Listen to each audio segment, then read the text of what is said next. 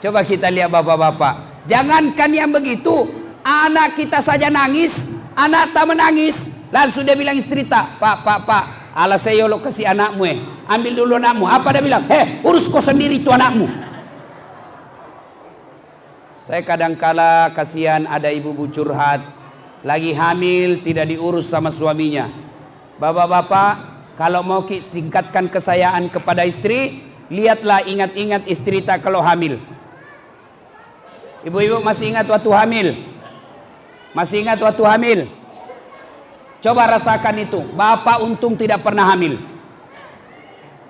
Untung tidak pernah hamil. Mau rasakan hamil? Mau rasakan penderitaan hamil, Pak? Gampang. Gimana caranya? Ambil kelapa. Ambil kelapa 1 biji, kasih masuk di baju tak. Kemana-mana bawa. Jangankan 9 bulan, 2 hari saja kita sudah setengah mati, Pak. 2 hari kita sudah setengah mati. Coba lihat ibu-ibu hamil. Tidak ada enaknya itu. Tidurnya saja setengah mati. Samping kanan poso, menyamping kiri sesak napas. Satu di gayanya, gaya pasrah. Coba. Ibu-ibu, waktu tak hamil, pernah kita tidur tengkurap? Ada kira-kira ibu-ibu hamil mopang, kayak perahu. Itu 9 bulan, Pak. Kita 1 hari saja tidak tahan. Coba lihat ibu-ibu kalau hamil, kemana-mana dibawa perutnya. Tidak ada ibu-ibu hamil mau ke pasar, nah bilang simpan dulu deh setengah mati dibawa. Tidak. Lalu lebih dari itu, melahirkan. Pernah lihat istri tak melahirkan? Pernah lihat istri melahirkan? Saya biasa bilang kalau ada laki-laki yang tidak tahu menghargai istrinya, yang kasar sama istrinya, suruh lihat istrinya melahirkan. Coba lihat itu istri kita kalau melahirkan. Ibu-ibu, ada melahirkan senyum? Ada yang melahirkan senyum? Ada? Ada kira-kira yang melahirkan keluar kona? Tidak. Coba dulu sound systemnya ini, memang cuma 1 kayak yang bunyi. Coba bantu saya ini, sound systemnya tidak keras. Suara saya mulai parau. Tolong, kayaknya cuma itu yang bunyi. Sudah panas, sound system setengah mati. Angkat sedikit suaranya. Cek. Ya.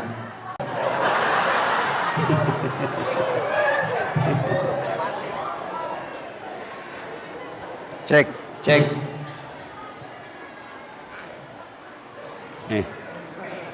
Cek. Ya, alhamdulillah. Ibu bapak, saudara-saudara sekalian, Rasulullah sangat pandai membahagiakan istri.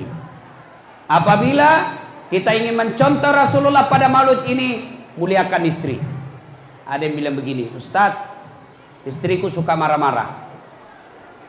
Lihat ke Umar bin Khattab, pernah waktu beliau jadi presiden, ada rakyatnya suka marah-marah istrinya, marah saja kerjanya istrinya. Suaminya lalu ingin melapor kepada Umar dengan niat ke rumah Umar melaporkan istrinya.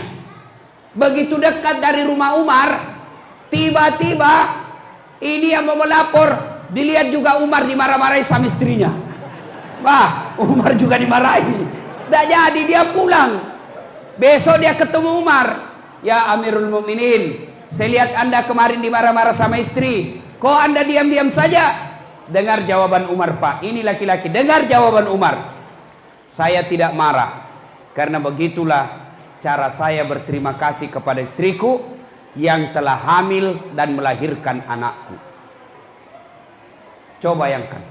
Kata Umar, saya tidak marah, saya biarkan dia marah. Kenapa? Begitulah cara saya berterima kasih kepada istriku yang telah hamil dan melahirkan anak saya.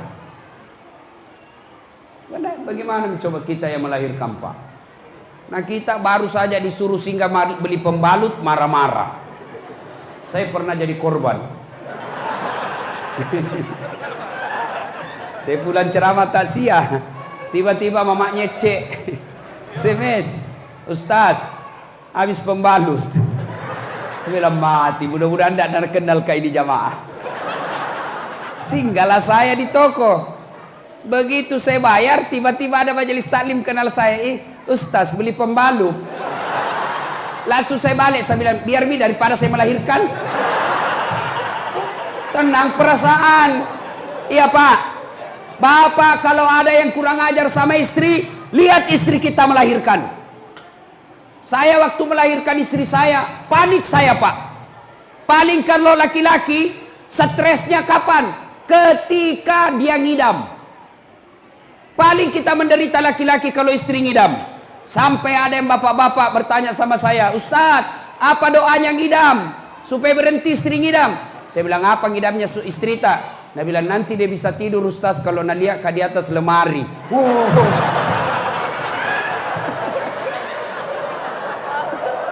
Nah kena kuabala. Saya berhenti, dia kasih bodoh-bodoh ke istrimu. Jadi kalau istrinya mau tidur jam 10, setengah 10 sudah naik lemari. Coba, saya ingat waktu melahirkan istri saya. Setengah mati keluar Pak. Setengah mati betul. Akhirnya saya bilang sama dokter, bagaimana cara terakhirnya dok? Dia bilang harus dipakum. Apa artinya dipakum? Disedot. Apa resikonya? Bisa goyang otaknya. Wih. Kalau otak goyang, belen-belen nanti anakku. Langsung saya bilang sama dokter, minggir ki dok, saya laksanakan. Nah bilang dokter, sadar ki Ustaz, bukan mau pengajian ini. Saya bilang kasih saya waktu, saya sholat hajat dulu, lalu saya salawat sebanyak-banyaknya, saya bantu istri saya, keluar. Pak, muliakan istri. Orang Bugis bilang Pak, kalau ada laki-laki yang pukul istrinya, cepat tahu ampasnya manusia itu laki-laki. Kalau marah sama istri diam, masih marah istri, makan ke obat tidur. Paling enak itu. Supaya tidak sakit telinga, makan obat tidur, biar dia marah sampai bengkok bibirnya. Kalau istri marah, kita juga marah, bertengkar, anak jadi korban. Ya, bisa. Nah, sudah. Berikutnya, kita lihat juga Khadijah. Jangan sampai ibu-ibu mau punya suami seperti Rasulullah, tapi sifatnya tidak seperti Khadijah.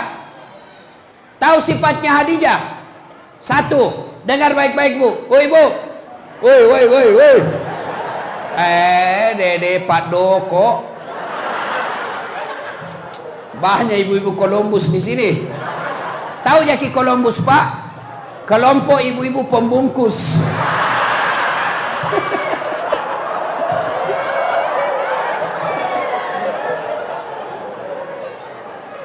Sudah dapat satu kotak dan bilang belum pi. Lah bu aja. Nah, dengar bu. Halo ibu. Nabi pada usia 40 tahun kan tiap hari ke Gua Hira. Gua Hira beliau berpikir, kenapa ini rakyat Mekah menyembah berhala? Mereka menyembah patung. Mereka menyembah patung Latta, Manat, Uzza dan Hubal. Nabi naik ke atas Gua Hira merenung. Kepekaan sosial. Pada tanggal 17 Ramadan datang malaikat Jibril memeluk Nabi dan berkata, Iqra, baca Muhammad. Nabi bersabda, saya tidak tahu membaca. Jibril ulang, Iqra, baca. Saya tidak tahu membaca. Baca. 3 kalinya akhirnya Nabi mengucapkan, Iqra bismi rabbikal ladzi khalaq, dan seterusnya sampai ayat 5. Pulang. Nabi kedinginan, menggigil Pak. Maramangi, gigil Nabi, kedinginan. Sampai di rumah Nabi. Lalu Nabi berkata kepada istrinya, wahai istriku tersayang, selimuti saya kedinginan. Masya Allah. Nabi beberapa hari tidak pulang. Pulang ke rumah kedinginan, minta diselimuti. Ibu-ibu, kalau suami tak begitu, kira-kira apa jawaban tak? Bu, halo ibu, 3 hari suami tak menghilang. Ditelepon-telepon tidak ada jawaban. tiba-tiba pulang kedinginan, selimuti kah Bu? Langsung kita selimuti. Iya. Tidak, langsung diinterogasi. Dari mana kok? Coba. Boleh kega kok. 3 hari kau hilang, tiba-tiba kau menggigil. Mana handphonemu? Cepat kok. Khadijah tidak. Mendengar beliau berkata, Khadijah, istriku sayang, saya kedinginan, selimuti saya. Khadijah menjawab, sami'na wa ata'na. Saya dengar dan saya laksanakan. Artinya Khadijah itu taat pada suami, apapun perintah suaminya dilaksanakan. Yang kedua, Khadijah itu tidak pernah buruk sangka sama suaminya. Sekarang ibu-ibu tidak pernah kasih yang sangka buruk terus sama suaminya. Ditelepon suaminya tidak dijawab, angka sinak darah. Ketemu lagi cewek na waktu SMA. Bu, berhentilah sangka buruk. Tidak ada baiknya itu sangka buruk. Sangka buruk tidak bisa tenang perasaan. Sangka buruk memecahkan persaudaraan. Sangka buruk bikin jiwa kita sengsara. Telepon suami tidak dijawab, sangka baik. Oh, berarti suamiku lagi sholat duha. Telepon suami tidak dijawab. Oh, berarti suamiku handphonenya di bawah sadel motornya dia tidak lihat. Telepon suami tidak dijawab. Oh, berarti suamiku lagi buang air besar. Masa dia mau terima telepon sambil buang air besar? Di mana kok cedep? Maka sangka baik. Suamiku ditelepon tidak dijawab. Oh, berarti suamiku kasihan, dia lagi sholat. Tenang perasaan. Berhentilah sangka buruk. Sangka buruk tidak ada enaknya. Contoh. Cerita ini cerita warung kopi. Suami istri 7 tahun tidak punya anak. Di tahun ke-8 dia ke dokter. Lalu dokter berkata, diperiksa tak. Oi, alhamdulillah ibu sudah terlambat 2 bulan. Senang. Dia telepon suaminya, Pak, alhamdulillah saya sudah terlambat 2 bulan. Nah bilang suaminya, alhamdulillah dek, tapi jangan kau dulu cerita-cerita, nanti lagi tidak jadi, malu kita. Oke, sepakat jangan cerita. Iya, tidak cerita-cerita. Beberapa hari kemudian datang petugas PLN di rumahnya. Assalamualaikum. Waalaikumsalam. Kata ini ibu, siapa ya? PLN. Kenapa Ki Pak? Ibu terlambat 2 bulan. Kenapa bisa ditahu ini? Pasti suamiku lagi cerita ini. Mulai misangka buruk. Langsung sangka buruk. Lakena sinatandra. Pasti ini suamiku cerita. Pulang suaminya di kantor dimarah-marahi sama bosnya. Di jalan kempes bannya. Kepanasan. Lapar. Baru buka pintu langsung dia buka. Pembohong dan tongkol kau. Apa orang baru datang pembohong? Kenapa kau cerita saya terlambat 2 bulan? Siapa bilang? Itu PLN dah tahu. Nah bilang suaminya, kenapa bisa PLN tahu? Marah juga suaminya, dia pergi kantor PLN. Ada apa kau tahu-tahu istriku terlambat 2 bulan? Apa urusanmu? Bagaimana kau bisa tahu? Nah bilang, ada catatannya.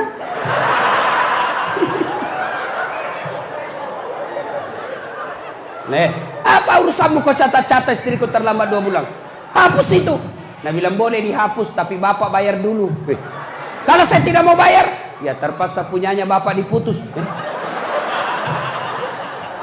Kalau punyaku kau putus, istriku pakai apa di rumah? Nah, sudah bilang ya terpaksa istri bapak pakai lilin. Coba berhentilah sangka buruk. Ya, sangka buruk tidak baik. Baik sangkalah terus. Baik kepada istri, terutama kepada keluarga. Apalagi kepada Allah Subhanahu wa taala. Sangka baik. Yang berikutnya dari kisah tadi ini, Khadijah itu apa yang disuruhkan suaminya langsung dilaksanakan. Sami'na wa ata'na, saya dengar dan saya taati. Mari bandingkan istri-istri zaman sekarang. Coba lihat istri-istri sekarang. Makutu. Yang ketawa ibu, saya serius ini. Lakutu, makutu, mabu aja. Coba lihat itu ibu-ibu, Masya Allah. Pak, Bu, masih ingat ki dulu ibu-ibu kalau mau bikinkan kopi suaminya? Masih ingat? Masih ingat? Susahnya itu dulu perempuan dulu kasihan bikin kopi untuk suaminya. Gimana caranya? Dia pergi dulu beli kopi. Kopi biji-biji. Kenapa? Beli kopi biji lebih murah daripada kopi yang sudah jadi.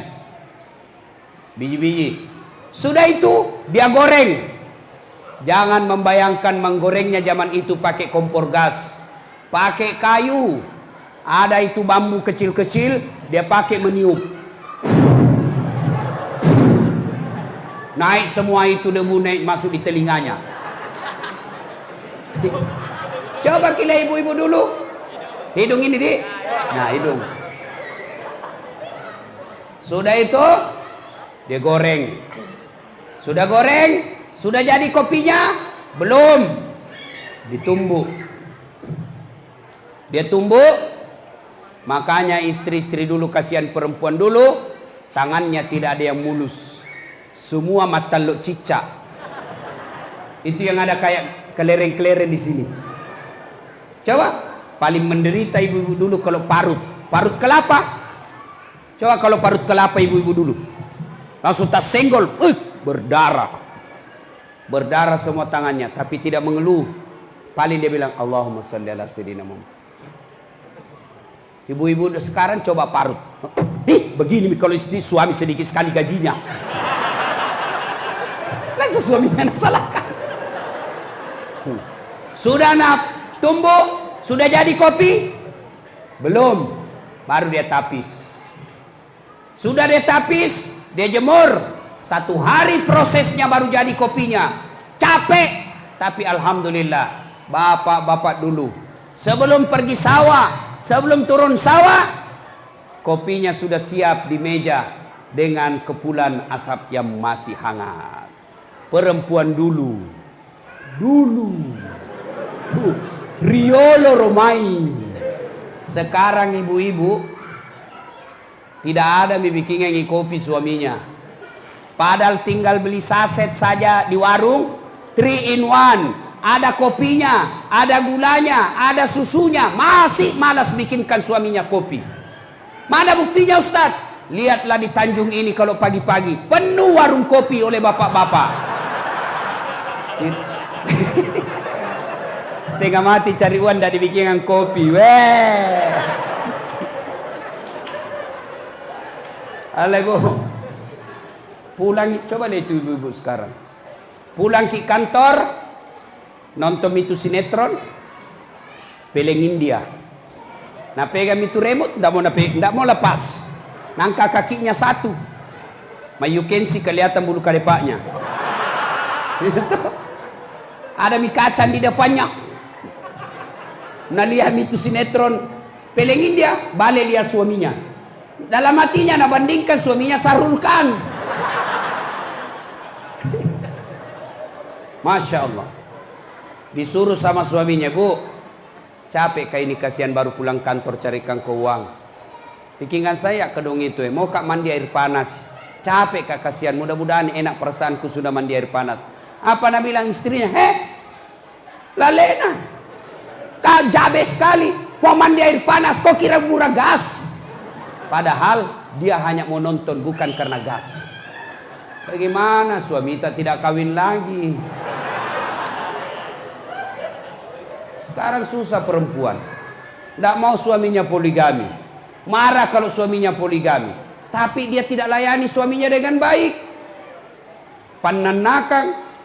Datang mertuanya nama ramai. Datang saudaranya, suaminya tidak pernah enak mukanya. Baru 2 hari datang mamanya, suaminya langsung bertanya, kapan ki pulang mak? Gimana suami tidak tersinggung? Maka istri yang baik, ayo pada maulid kali ini jadilah istri seperti Khadijah. Lalu ada yang bertanya dan curhat sama saya, Ustadz, suamiku kok tidak bagus betul agamanya, dia tukang judi, tidak sholat, narkoba, apa saya minta cerai Ustadz? Cerai bukan jalan keluar. Apa jalan keluarnya? Sabar, doakan suami tak, mudah-mudahan dapat hidayah. Dan itu enak jadi perempuan, ibu. Kalau suami tak suka makan barang haram, suaminya tidak sholat, tapi istrinya baik agamanya, insya Allah istri tetap masuk surga, suami masuk neraka nanti. Beda kita laki-laki, Pak. Biar suaminya imam masjid, suaminya guru ngaji, Senin Kamis dia puasa, rajin dia tahajud, tapi istrinya tidak pakai jilbab. Istrinya Ramadan tidak puasa, istrinya tidak sholat, istrinya tukang gosip, suaminya tidak bagus agamanya, tapi istrinya tidak baik agamanya. Sebelum istrinya masuk neraka, suaminya dulu di depannya. Maka hati-hati, Pak. Didik itu istri dengan sebaik-baiknya.